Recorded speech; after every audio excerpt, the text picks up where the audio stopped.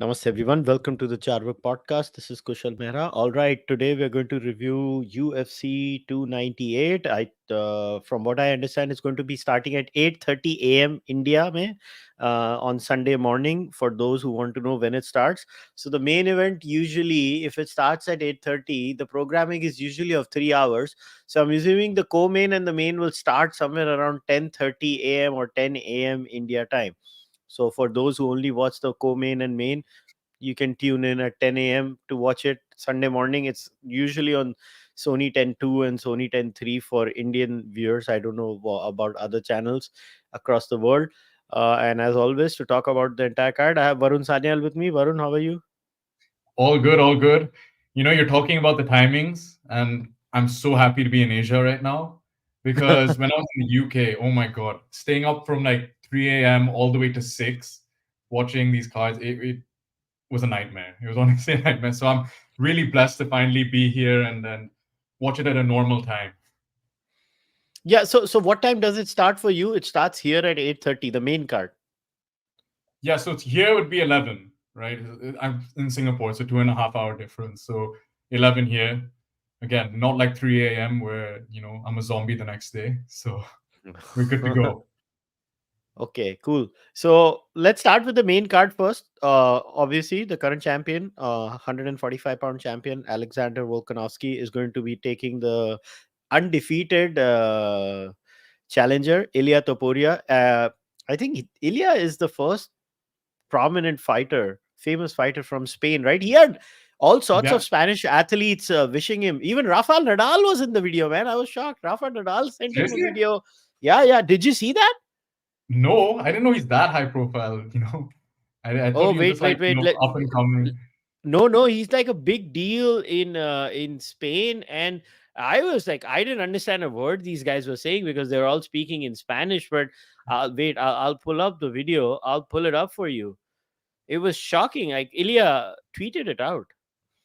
Wait, Oh, that's let me nuts. let. I didn't even know he Yeah, watches. I didn't know that many people in Spain watch MMA. yeah. So this is Ilya Topuria. He himself tweeted this out, and this is starts with Rafa Hola Nadal. Ilia, ¿qué tal? Solo quería desearte la mejor de las suertes. Te estaremos apoyando y Like, haciendo fuerza para que traigas apparently, el título all a the casa. Un major abrazo muy fuerte y a ganar. Desearte mucha So suerte. this is I don't know who these people are. Most of them must be, I guess, That's football crazy. players, yeah, or stuff like that. Jeez. But I don't know who these people are. I don't watch football. I have no clue about football. But he actually had a lot of famous people from Spain actually promoting the fight and praising him. So I was like, okay, interesting. So this guy's like famous in Spain. And Luke Thomas would constantly talk about this. Is like people are not realizing how big Ilia Topuria is Hello? in Spain. And then until I actually figured this video out, and it was Hello? very interesting. Yeah, I can hear you loud and clear.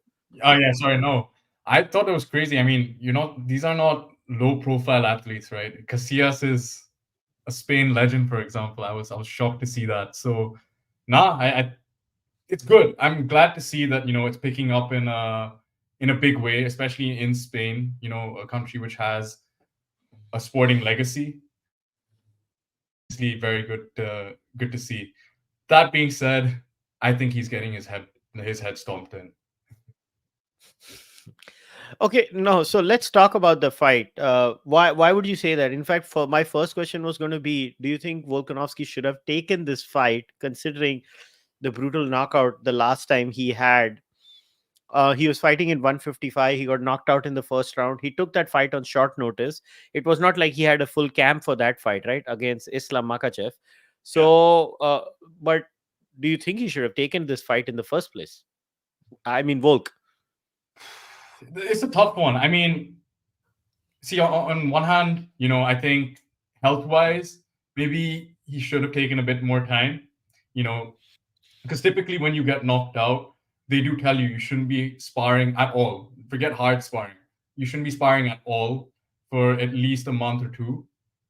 So the fact that he's in camp and he's going through all of this, and the water cut, dehydration, that can't be good for the brain. But then, he also did talk about how he is outside of fighting, and he has that itch, and he actually goes into a dark place outside of fighting. So from the competitive standpoint, I think, if it's what gets him going, why not? I understand the itch that fighters have. I get the itch a fighter will have. That's all. That's a very natural thing to have. It's, after all, fighters are human beings. But at the end of the day, from a pure performance perspective, like Chuck Liddell, if you got up Yeah. today and told him, Chuck, are you going to fight? Chuck's still going to say yes. He's not going to say no. Now look at Tony Ferguson. He's gonna he'll have be on a 15 fight losing streak and he'll still say yes. Like, yeah, it's a tough one. It's a real tough one. But I do think that, yeah, I think he's that good. And I do think that, yeah, it was a hard knockout. But I just don't see anything in Topuria that kind of tells me he's going to give Volkanovski problems, if that makes sense. So how do you think this fight rolls out? Do you think Volkanovski is not the kind of guy who knocks you out, right? He basically peppers you, peppers you, peppers you. He touches you, touches you, touches you. He mixes it with the takedowns. He's a more well-rounded fighter, as they would say. He's more of the Yeah. well-rounded fighter variety. So how do you think this fight going? Like, if you think Volk is going to beat him, so do you think a knockout? No, I think so it's going to be a similar performance to the Max Holloway performances. The reason I say that is because Topuria likes to move forward with his boxing. It's more so back and forth. He likes to put on the pressure. Volkanovski is someone who likes to stand his ground. He's willing to trade in the pocket, off the clinch. And one thing is, because he's so boxing heavy, it leaves Topuria susceptible to low leg kicks, which Volkanovski loves to throw that, especially that inside low kick. He lands that all the time. So I just think it's going to be 5 rounds of pretty much that. If Volk does lose, it'll just be because he got caught. I don't think it'll be any magnificent thing that Topuria does.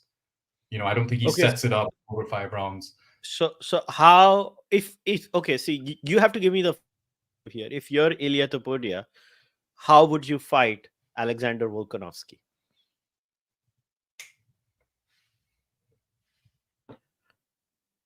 How do you go about doing this, where you set him up and you actually make a plan where you can end up beating Volkanovski if you were Topuria? That's what I'm trying to say.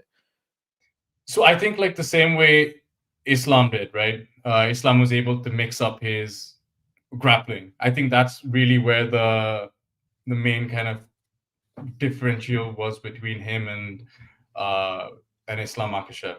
Whereas I think Topuria doesn't really give that kind of threat when it comes to the grappling exchanges. So I think we're going to be fine. We're going to be fine in terms of dealing with all of Ilya Topuria's threats. But then what are the potential threats, you think? So I just think it's the boxing. Like, obviously, Volkanovski does get into trades, and Max Holloway, for example, did drop him a few times, right? So I think those are the sort of threats coming in. If he gets too overzealous, getting caught coming in, or he stays at a long range, or he stays at Topuria's range rather than making the fight at his range. That's where I think Topuria will catch him, if he does, of course. So as of now, Topuria is undefeated. He's not lost any fight. He's pretty much beaten anything and everything that was thrown his way. But yeah, I kind of understand what you're saying here. That I was just looking at the odds, and the odds are 112, 108, I think, and mm, so you know what shocked me? Alex Volkanovski has a reach advantage. Huh? No, Yeah. there's no way. There's absolutely no way. Okay, Yeah, let because me get red sounds for or what? Like Topuria is a good 2 inches taller than him. I'm pretty sure. I don't think I've okay, seen wait. anyone. Here. Just check this out. This is UFC. Man, I don't think I've seen anyone. Oh my God, you're right. I'm telling you, he has a Nah, reach like advantage. That's what still, shocked me.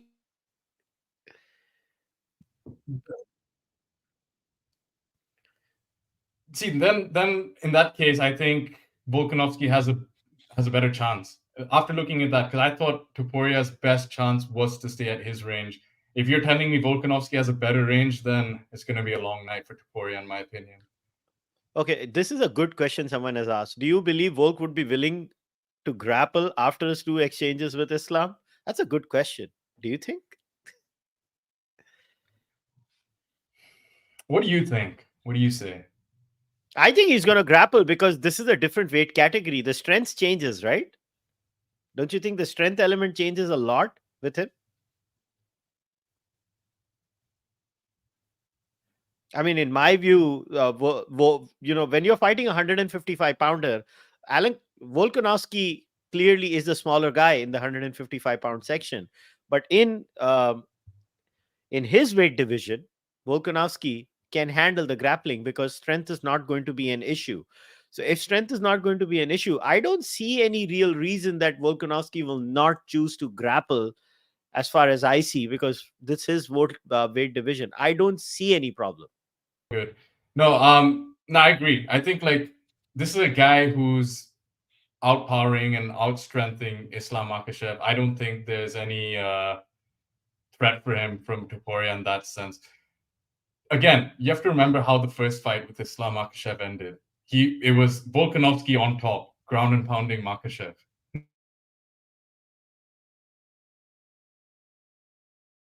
Those fights in general. So yeah, I don't think that. So I do think that Volkanovski will use his grappling and try to favor it. Luke Thomas, basically, I follow Luke Thomas. So he had spoken about this. He came across this video. It's about fighter injuries and the damage. So basically, there was a study that found that brain injury does not care about retired fighters' win or loss record. Cool. So yeah, so we were talking about Volk's ground game. So what do you think is going to happen here? Yeah, so I mean, you don't come out of a Islam Makhachev fight camp and not get better at your grappling. And we saw, he ended the first fight on top, ground and pounding Islam. Even when Islam did take him down, he was reversing it. He had his own cage control up against the fence. So I do think that he'll have a lot of confidence going into this. I don't think Toporia's grappling's good enough to give him the same sort of threat that a Makhachev kind of gives. Fair enough. Now, because we were at the subject of brain injury and trauma, because we were talking about Volkanovski's leg kick injury. So I wanted to play that video that I showed to you for everyone else too. This is about that study Yeah. about brain damage. So I'm just going to play this 2-minute video for everyone, and then we can talk about it, because in context of the fight, and I don't know why Volkanovski took this fight. And let's watch this first. A pretty unsettling study was just published for professional fighters when it comes to long-term brain health. So a lot of fighters believe that CTE and other long-term brain injury really is something that the losers deal with. That if you're a good fighter, if you have a good record, you're going to get out unscathed. Well, the recent study shows really the polar opposite of that. The Professional Fighters Brain Health Study has compiled a lot of data over the years from pro boxing and MMA. And the researchers hypothesized that fighters with a losing record are going to have more demonstrated brain harm than fighters with a winning record. Well, turns out the data showed exactly the opposite, that the fighters with a winning record had slower processing speed, that they showed more impulsivity, and they even had less brain volume in certain regions. So pretty concerning stuff. Just because you're a good fighter, just because you've got a winning record, doesn't mean that you're immune from long-term brain harm from the trade. So study after study shows that CTE is a disease from mileage. The more you get your brain rattled around, the more at risk you are. Doesn't matter if you're an amateur or a professional, and there's studies that show that. And it doesn't matter if you're a winner or a loser. So take brain health seriously. Make sure you minimize how much rattling you expose your brain to if you're in these dangerous careers. I'm going to put a link to the full study in the comments. Check it out. All right. Why I wanted to play this in the context of this fight is that if the studies show that you basically cannot avoid brain damage, and you need uh, you need to watch your miles as a fighter, then why would Volkanovski do this crazy thing of fighting so early? You see what I'm trying to say, Varun? No, I do get you. I get you for sure. Again, I think it just comes down to that competitiveness as a fighter, as an athlete, and again, there's nothing quite like being in a fight and that sort of euphoria. There's no kind of substance that can replace that feeling. So I feel like when he's out of fighting, he gets withdrawals. I mean, it sounds a bit crass, or it sounds a bit kind of unglamorous, but I think that effectively that's what it is. So I think, yeah, he's just missing that itch, and that he's missing that kind of euphoric feeling that you get from fighting.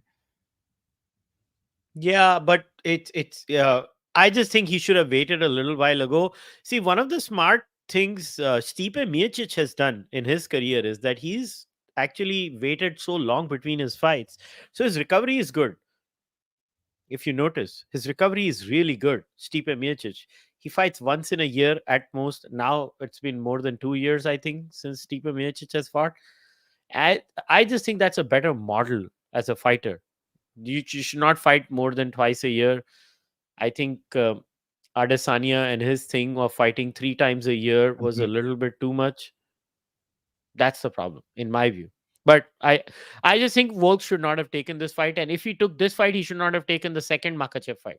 That's just my view. No, I see that. I see that for sure, and I agree with you. It's just that I see it from the fighter aspect, and I do see it from Yeah. the competitive aspect for sure.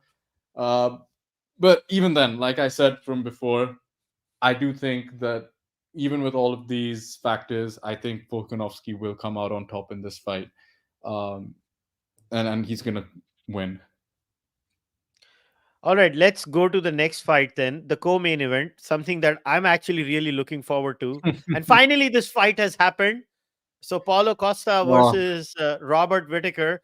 Okay, Robert lost to the current middleweight champion in his last fight, and he's faced a minor setback in his career.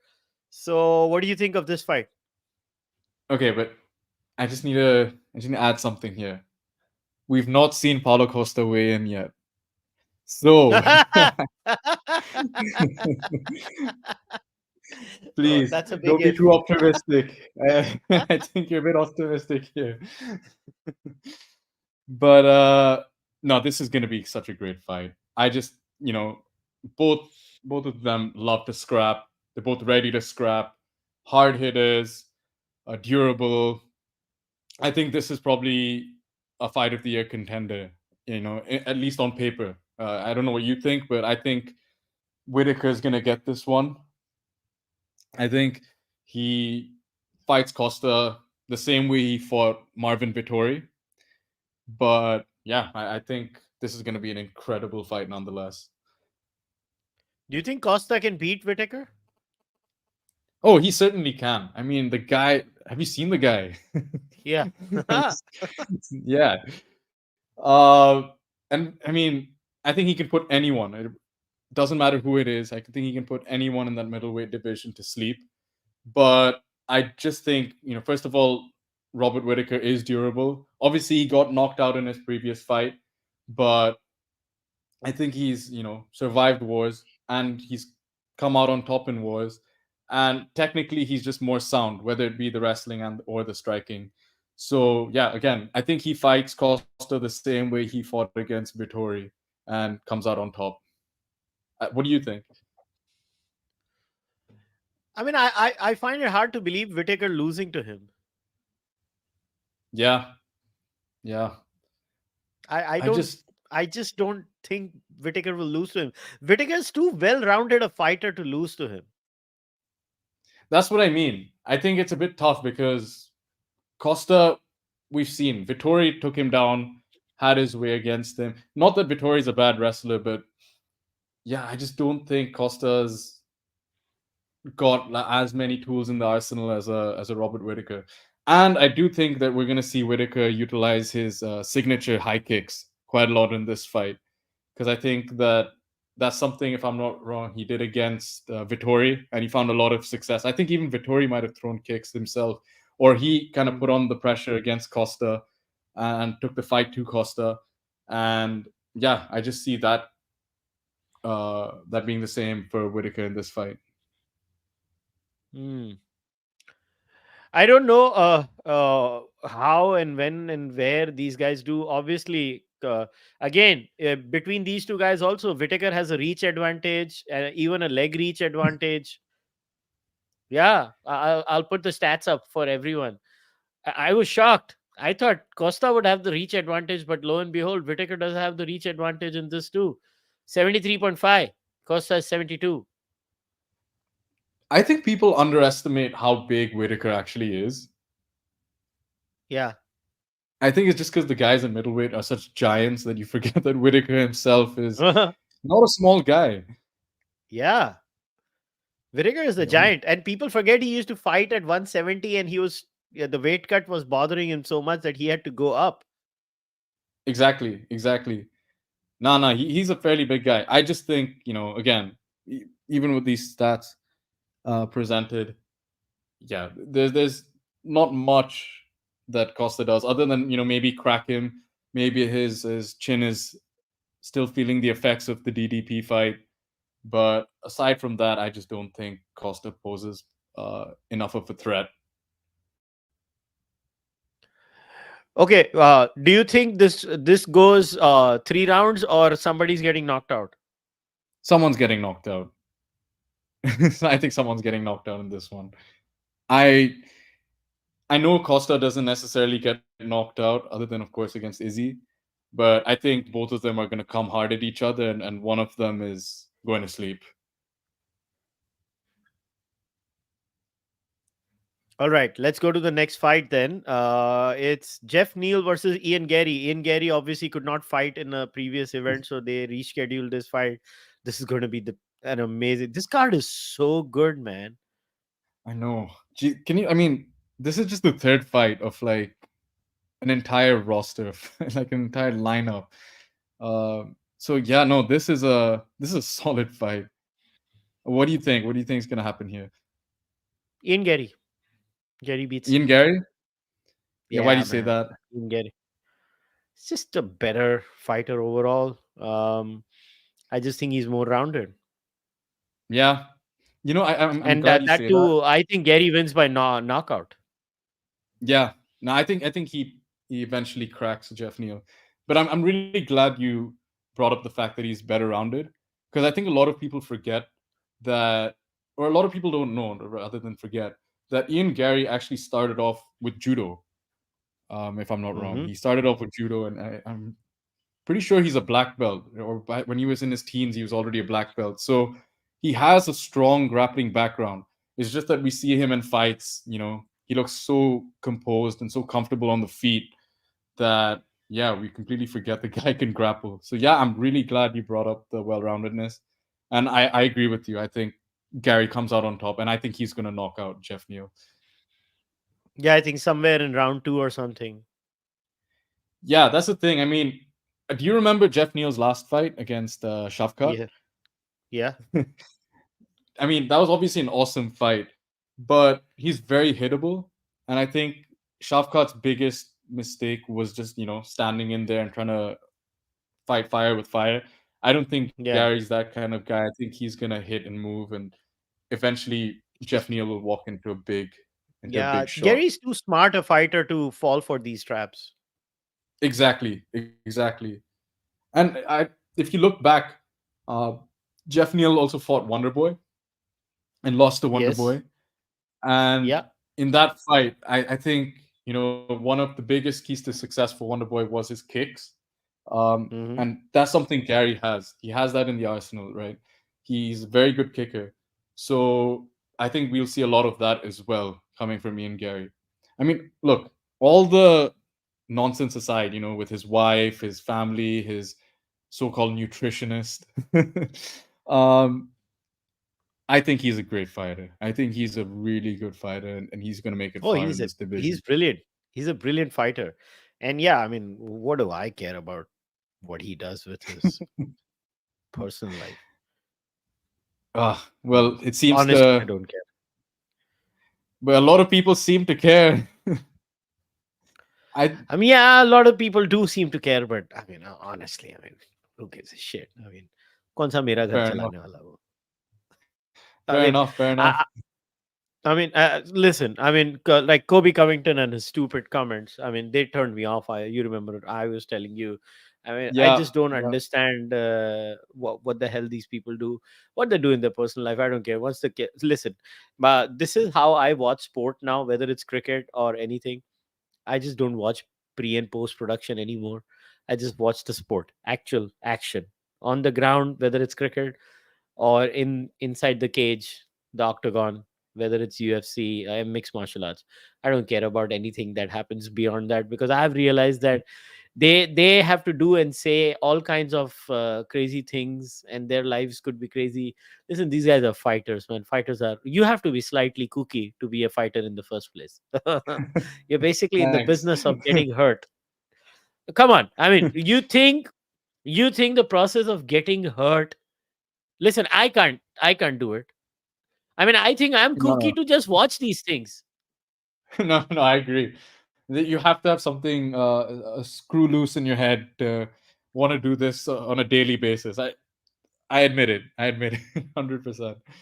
But yeah, no, You know, I earlier on, I used to watch that UFC law yeah, countdown and all of that. I just find them very boring now. It's just not fun anymore. The production is just, it's the same old garbage in, garbage out. yeah, and ultimately, I mean, I get what you're saying. Ultimately, doesn't matter what they say. Once they're in the octagon, whether Ian Gary's a cock, he's not a cock. It doesn't really matter. you know, can he fight or can he not? That's the question that everyone wants to know. Yeah, I mean, once he's inside the cage, his nutritionist or his girlfriend or his this or his that, they're not going to be there for him, right? He's going to be fighting No, himself. no, I'm only interested in that bit, not interested in anything else. I'm only interested in come on. Gary going out there fighting. You can't tell me it's not slightly fun though. Come on. I mean, it's hilarious. I'll tell you what is fun. The next fight is fun. I'll tell you what's fun in this Yeah. fight.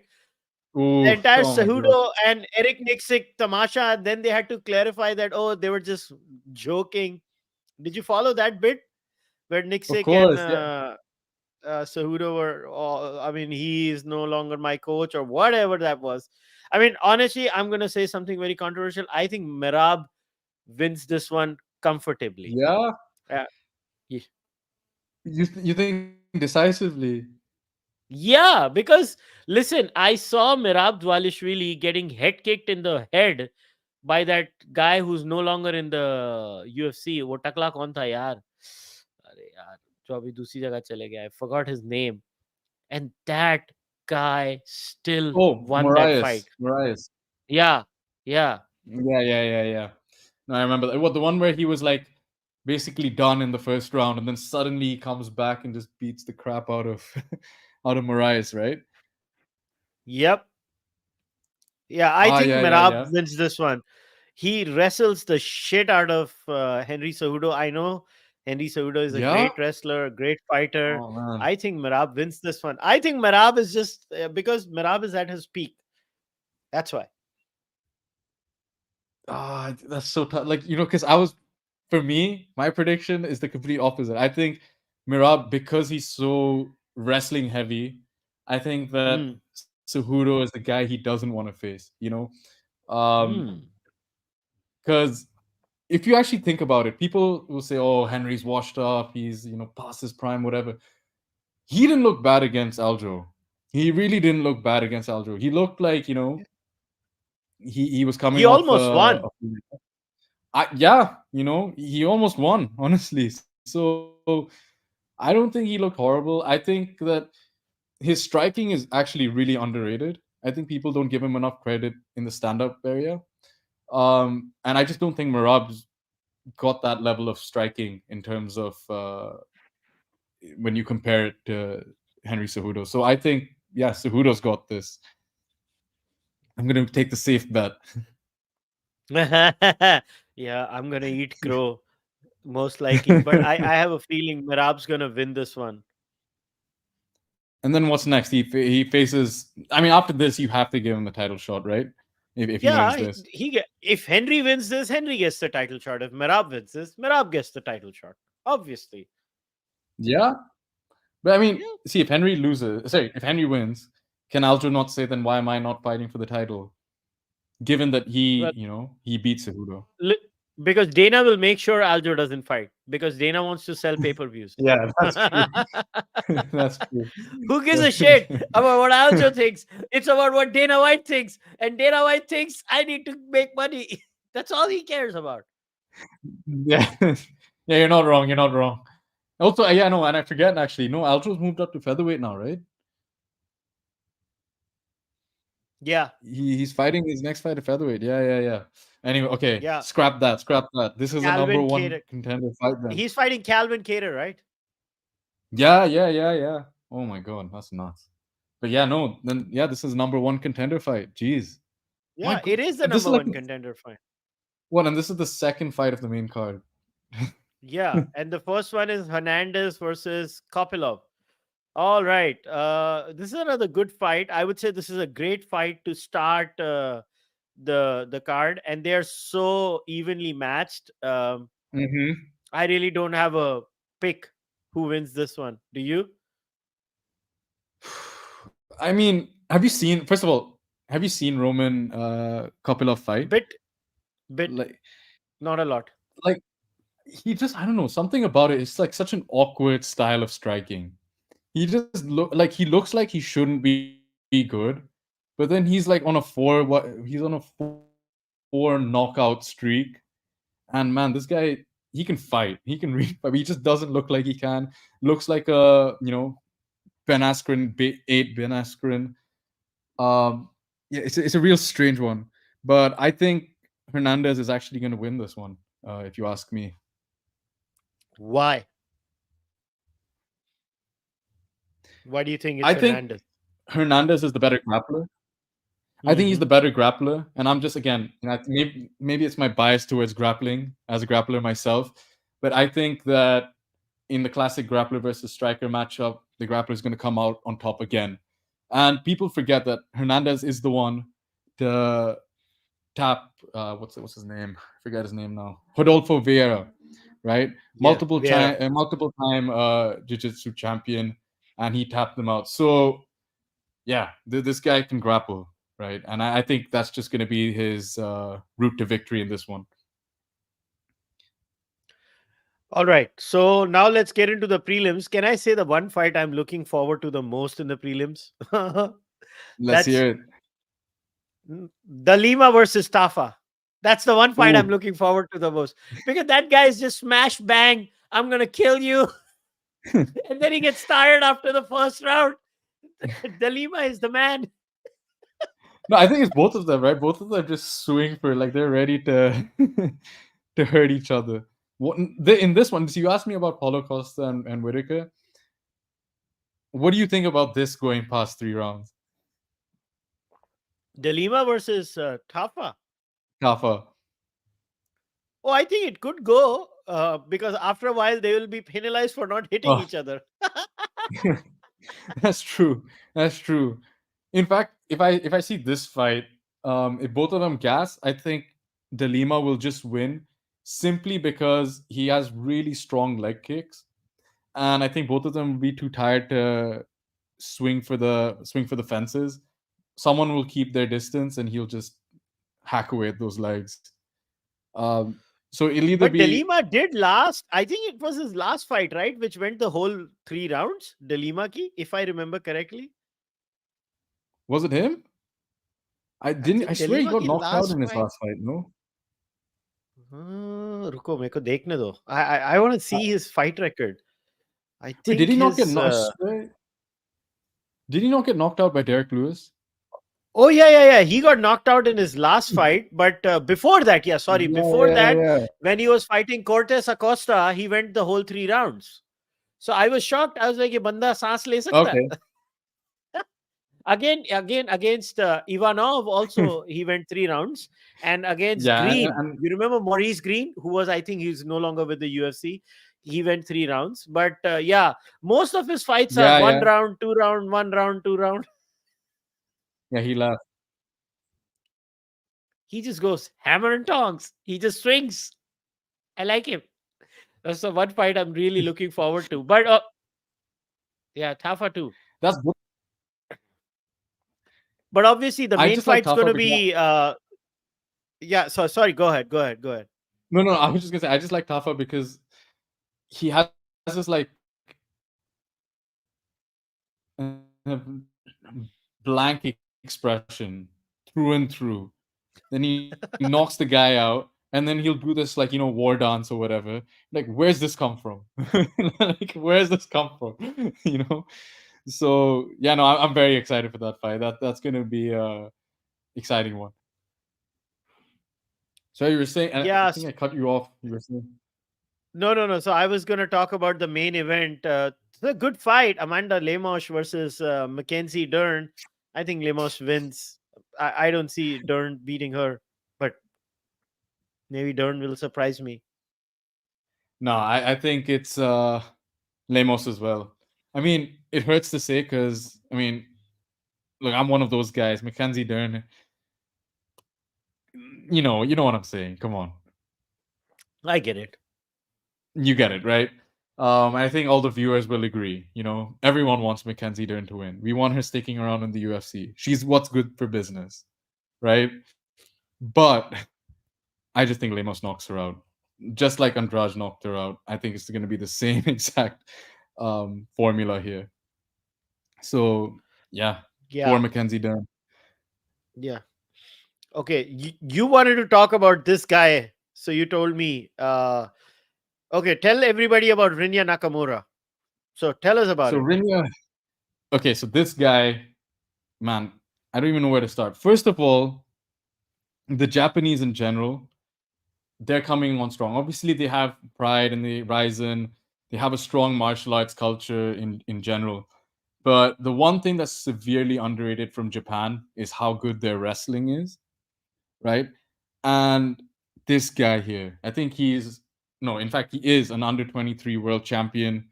He's a Japanese silver medalist. The only guy he lost to was an Olympic gold medalist. So that's the caliber of wrestling we're talking about here. And man, this guy is explosive as it comes. He can now stand and bang. Obviously, out grapples everyone. So I think, yeah, if there's anyone to watch out for, it's this guy. I think he's gonna get the job done very easy, very, very easy. And I may eat my words, because I'm hyping him up so much. But seriously, guys, watch out for him. And just generally the Japanese fighters that are now coming through the road to UFC and in the kind of regional scene. Definitely keep an eye on him. Fair enough. The next fight, Zhang Mingyang versus Brenson Ribeiro. I mean, whatever. I don't care about this fight is my answer. You don't? I don't. How can you not? Okay. This is like one of the most exciting fights of the year. Delima is fighting. That's enough for me. Yeah, that's true. You know, Delima fighting is like those old drunk uncles when they fight. that's effectively what it is. Even Tafa, like he just like those barbecue uncles that has a bit too much to drink and decides, okay, you know what? I'm just gonna throw some hands. That's what it reminds me of, this fight. Yeah. Okay, in the Fight Pass prelims, the only fight that I honestly am looking forward to is this one: Andrea Lee versus Miranda Maverick. I think this is going to be a good fight with these two girls. I think this is a good fight. I can't believe they're starting the card with this. I think this is a decent fight, No, very decent 100%. fight. 100%. Do you know that Miranda Maverick is only 26 and she's had 19 fights now? She's 26. So can you I mean, yeah, she has 5 losses, sure, but I mean, you're in the UFC, you're fighting, I'd say 13-8, you can call yourself a vet. I think she's got a good future. I think she's going to win this if you ask me. What do you think? Yeah, I would agree with you. I think she's a better rounded fighter again if we compare the two. And her grappling, like, again, she's one of those I think she's been doing jiu-jitsu since a young, like, when she was a kid, whatnot. She kind of come into the scene with that. I think she's gonna get it done with the grappling, and she's just gonna be too much for Andrea Lee to handle. I Actually, 100% agree with you. and I was actually gonna add the one fight you should actually keep a lookout for in the early prelims, and the guy you should look out for is Danny Barlow. Oh yeah, tell us about him. I've seen a bit of him, but not a lot because it's just one fight he has. Okay, tell us about him. Yeah, so I was a bit surprised to even see him. I didn't know. It's like last year sometime I was just, exploring Tapology and I came across this guy. I just like watching him fight because he's one of the, again, he hits hard, powerful, strong. And I do think that in the future we're going to see a lot of him. Even if he doesn't go on and become like, a champion, I do think we're going to see some fun knockouts and some fun fights coming from him. So I think he's one to look out for in the future. 100%. It's his debut, right? In the UFC, I would think so, if I'm not wrong. Because again, I was shocked to even see him on the list. Because I do remember, again, on Tapologies, is seeing through it and kind of watching his fights randomly. So yeah, I'm, Yeah, I'm they quite just excited for that. picked him from a Elliott versus Woodburn. What Do do you you know? think about? Do you remember Woodburn from the Bo Nickel fight? Yes, I do. Do you remember what happened to him against Bo Nickel? Yeah, I mean, Yeah, I just honestly I don't know how you come back from that. And like I know I've been saying, you can come back from a knockout and whatnot, but yeah, that was a he beating. got a beating. Like, yeah, that's the best way to put it. He got a beating, and Elliot is good. If I'm not wrong, he's a Cage Warriors champion, or at least he had a good run at Cage Warriors. It's his So debut he's, in the he's UFC. It's his debut in the yeah, UFC. yeah, but he's been fighting good guys for a while now, and I think Val Woodburn is just one of those guys he's gonna beat up and kind of build his name in the UFC, because Elliot is definitely a good fighter and he's more technical. Woodburn, again, he's one of those guys that's gonna come out hard and hard and fast and try to knock you out, but if he can't land that knockout blow, he's gonna gas out within the first round. So yeah, I pick Elliot for this fight. All right. So somebody had asked this question. What do you think about UFC 300? How is the card going to be? And what do you make of the road ahead for Tony Ferguson? Uh, the question is for both of us. So I want you to go forward first. Okay, so as for UFC 300, I mean, obviously outside of this, Kushal and I have been talking, and we're both shocked that we don't have a main event yet. We're Yeah. just like, come on, And man, honestly, enough's compared enough. to this main event, UFC 300, what fights have been booked till now? You make your points and I'll start pulling up UFC 300 in the meantime. Yeah, I just think like I don't know. I really hope it's not Bilal versus Leon, because if that's your UFC 300 main event, um, yeah, it's quite lackluster to be frank. I mean, So come on, as who of wants to watch? now, UFC 300, it's going to be on April 14th, right? That's what UFC Yeah, 300 is. right? Right. So we have Zhang Weili versus Yan Shannon. Okay, that's one fight they booked. Mm-hmm. And they have Justin Gaethje versus Holloway, right? That's one Yeah. another fight. That's a good fight, right? Gaethje Holloway, great Awesome fight. fight. Awesome fight. And they have Oliveira Sarukian, Oh, I love that fight. I love Sarukian. I honestly rate him so highly. Prohashka Rakic, and Aljo Calvin Cater, and Bo Yep. Yep. Nickel, Cody Brundage. Figueredo, Figueredo. Davison Figueredo fights Cody Garbrandt, and Holly fights Kayla Harrison. Sadiq Yusuf, Diego Lopez, Jessica Andrade, Marina Rodriguez, Bobby Green, Jim Miller. Uh, what do you? I mean, it still doesn't have that one big fight, right? Yeah, I agree. I think these are all good fights. And again, you know what? I think like outside of a UFC 300, there's some of these like some of these fights could be main events for another pay-per-view. But this is UFC 300, right? You need to have like a real big name. Like I wouldn't even mind them putting an Alex Pereira here. And I did tell you, I think that's what's gonna happen. I think he's gonna be the main event, but you never know.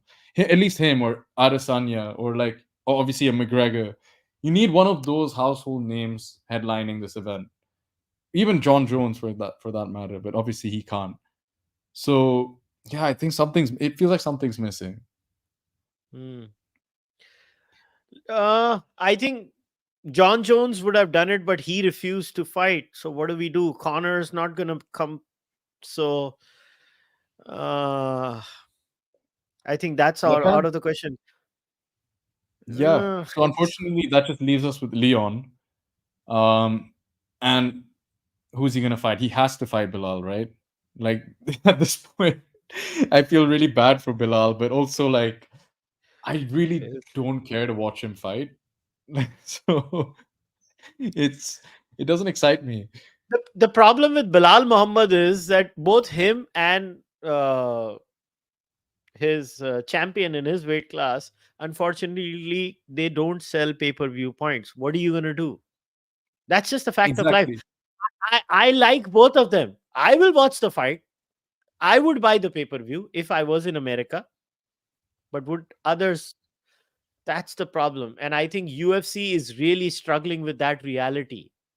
And we should not, you know, it's a mess. No, so like just like you said, imagine going to your friends and be like, "Hey guys, you guys should watch this fight: Leon Edwards versus Bilal." Can you imagine ever saying that? That's like that's the biggest scam. Like, Yeah, I know. you know. Uh, So yeah, it is. yeah, It is. to answer the audience's question, I think it's not looking too good at the moment. But Uncle Dana probably has a trick up his sleeve. Let's see what he does. Dana is known to pull a rabbit out of his ass all the time, so I'm counting on Dana White for that. But before we wrap up, Tony Ferguson, man, do you think he's going to beat his winning streak by losing more than that? And you know what? At this rate, sign me up. Just beat me up, get you in, and just ride off into the sunset, man. If that's what it takes to just have you hang up the gloves, just just sign me up, man. I can't bear to watch him get brutally beaten up and knocked out every single time and have that like false sense of belief that he's gonna actually pull something through. I can't do it to myself anymore.